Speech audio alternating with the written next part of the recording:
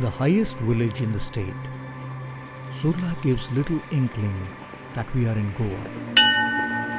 As the crow flies, we are a mere 70 kilometers from the famous sun-kissed beaches of Goa. The humans of this small village have synchronized their lives with the rhythm of the evergreen forests on this plateau.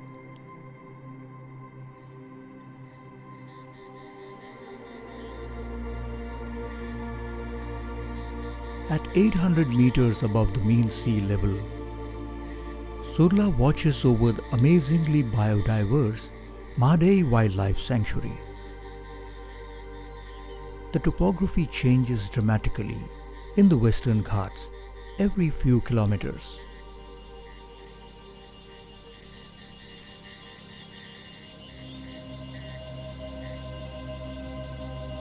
Mhadei Wildlife Sanctuary is a biodiverse haven for many species. The forests in Goa hold many mysteries yet to be discovered and classified. The mysteries of the evergreen forests, nature's own laboratory.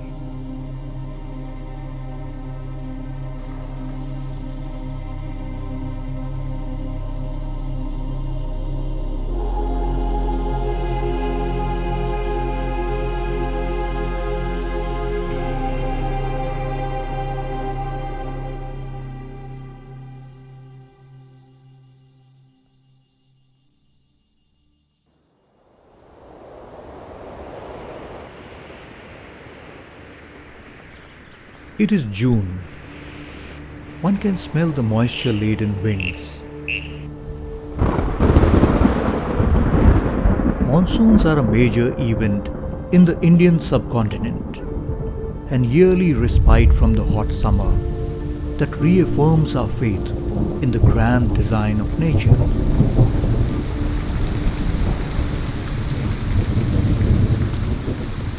Yet another cycle of life begins afresh. Soon, the forest wears a new shade of green. Its residents also go for a change in wardrobe.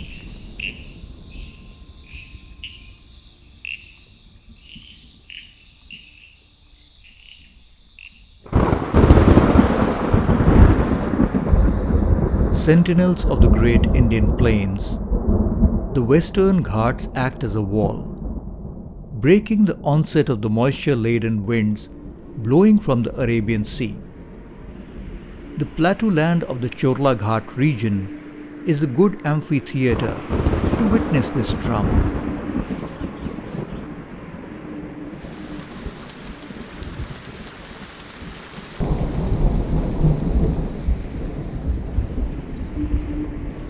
The weather phenomena in this region is transient.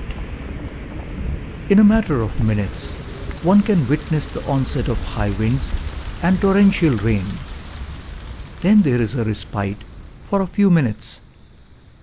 The same drama repeats in a loop.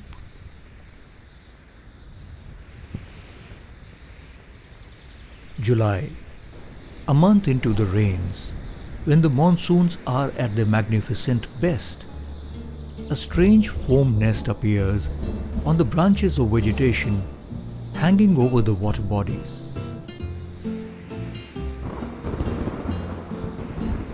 This unique nest is the handiwork of the Malabar gliding frog, a species endemic to the region. Inactive by day, the gliding frogs seem to be conserving their energy. At night, their passionate mating calls reverberate in the water bodies. Several smaller males try their luck with the larger female perched on the upper branches of the vegetation.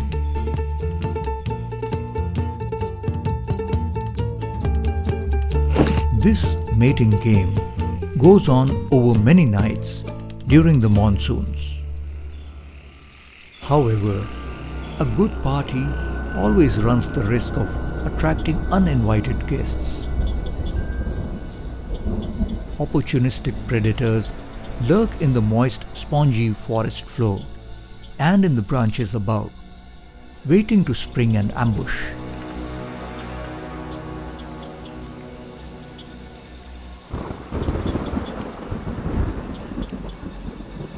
One such predator is the Malabar pit viper. This nocturnal hunter species of vipers is only found in the cooler, elevated forests of the Western Ghats. It is a slow-moving but fast-striking ambush predator that uses its heat-sensitive pits to track its potential target.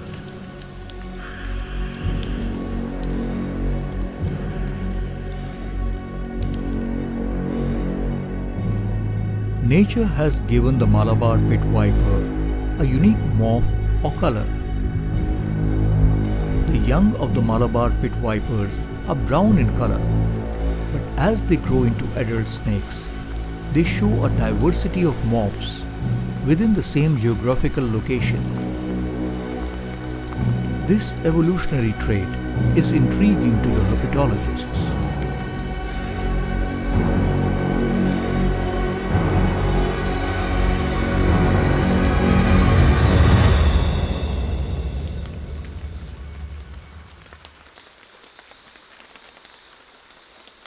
The amphitheater of the forest still resonates with the mating calls of the gliding frogs. 1 week after the mating, there is a commotion in the foam nests. The purpose behind the strategic placement of the foam nests is revealed when the tadpoles escape, diving straight into the water bodies below. A new stage in their life cycle beckons.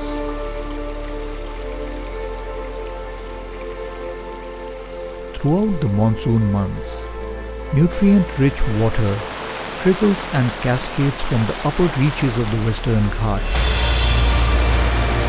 to the lower reaches of the forest.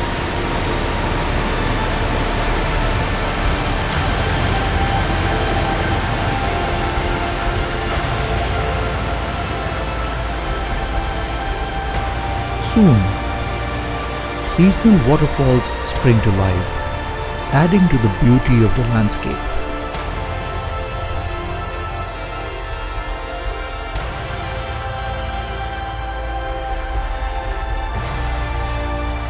The silt-laden rivulets provide water and nutrients to farmlands, human settlements, and the dense evergreen and deciduous jungles in the lower reaches of the Ghats.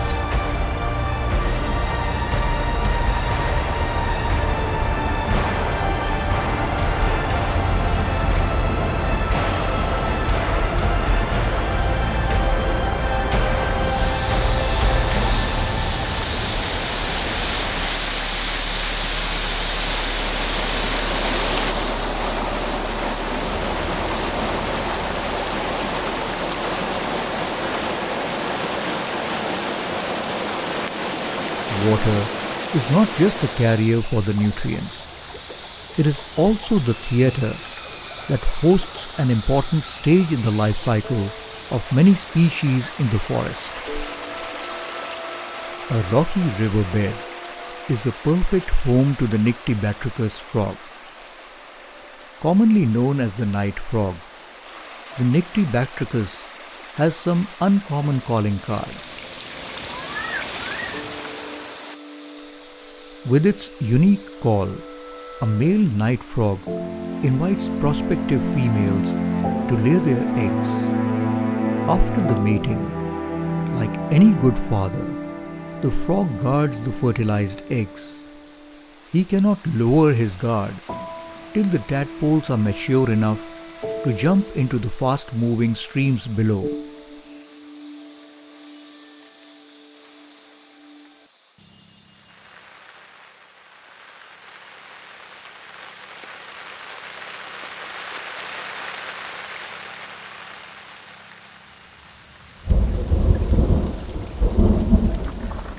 As the light fades, In the middle of the continuous downpour, the forest of Mhadei comes alive to the resonant sounds of a live orchestra.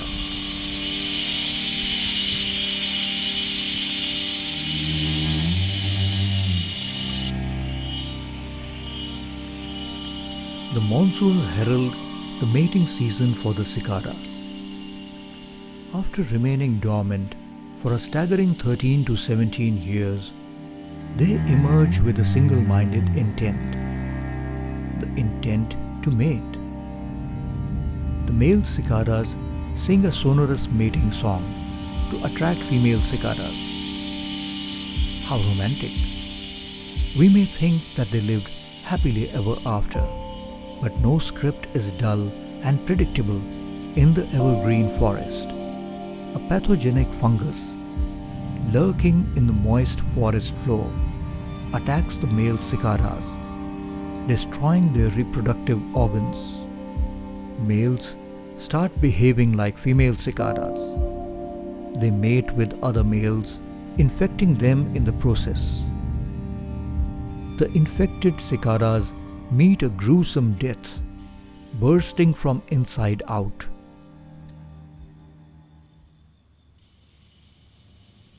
Not all fungi are parasitic. Mushrooms are an important food source for the macro residents of the jungle.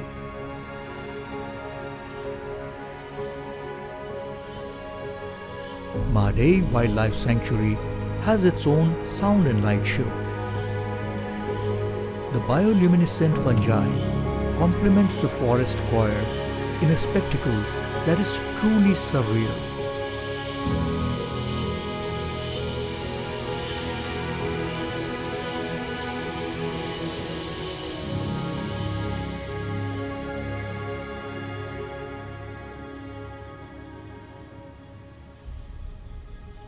The circle of life, catalyzed by the onset of rains, continues even in death. The scent signals from this grey jungle fowl have attracted mature two-winged flies. They lay their eggs in the cactus. Soon, the eggs hatch and maggots swarm the decaying cactus. Maggots are an efficient band of scavengers. Within a matter of a few hours, all that remains of the grey fowl is a small heap of bones. Life springs from the earth. To the earth it returns. The nutrient cycle continues. Nothing goes to waste. The soil in these evergreen forests is among the most fertile soils on the planet. The remains of even the smallest creation enriches the humus.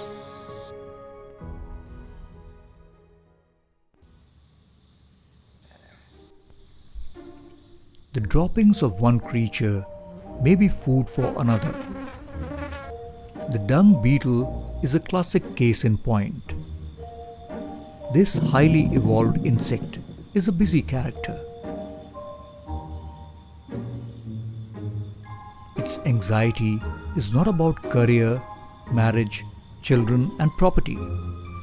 All that is for the humans. All that the beetle is chasing is a ball of dung. Male dung beetles are capable of heavy lifting. They can pull up to 1,000 times their body weight. The dung ball is both food and the calling card of an eligible bachelor.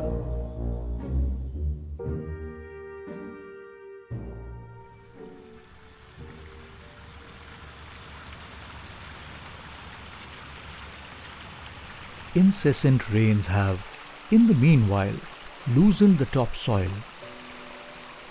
The crisscrossing forest streams and rivulets carry nutrient-rich sediment into the rivers downstream.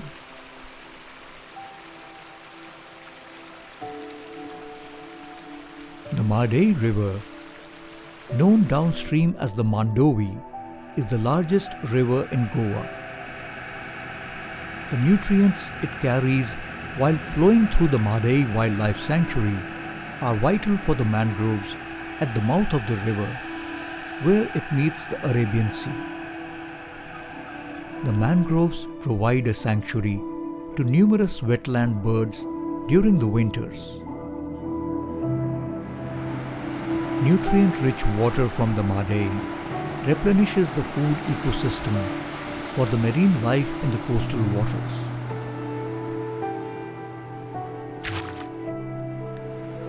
The monsoons have retreated. Soon the short winter sets in. 60 kilometers from the evergreen forests in the Western Ghats, Morjim Beach awaits a special guest. A rare species of sea turtles known as the olive ridley travel enormous distances to come and nest at Goa. In her traditional hatching ground, the mother turtle lays a cluster of 30 to 160 eggs before returning to the sea.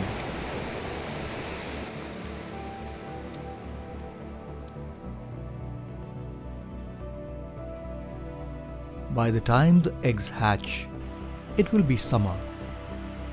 Baby olive ridleys are tiny and vulnerable. They feed on the smaller marine organisms to survive. By late summer, the young ridleys acquire the strength to take their journey across the Arabian Sea. As they take their baby steps towards the sea, one can hear the distant thunder and watch the dramatic build-up of clouds. The monsoons are knocking at the doors again, heralding yet another cycle of awakening and rebirth.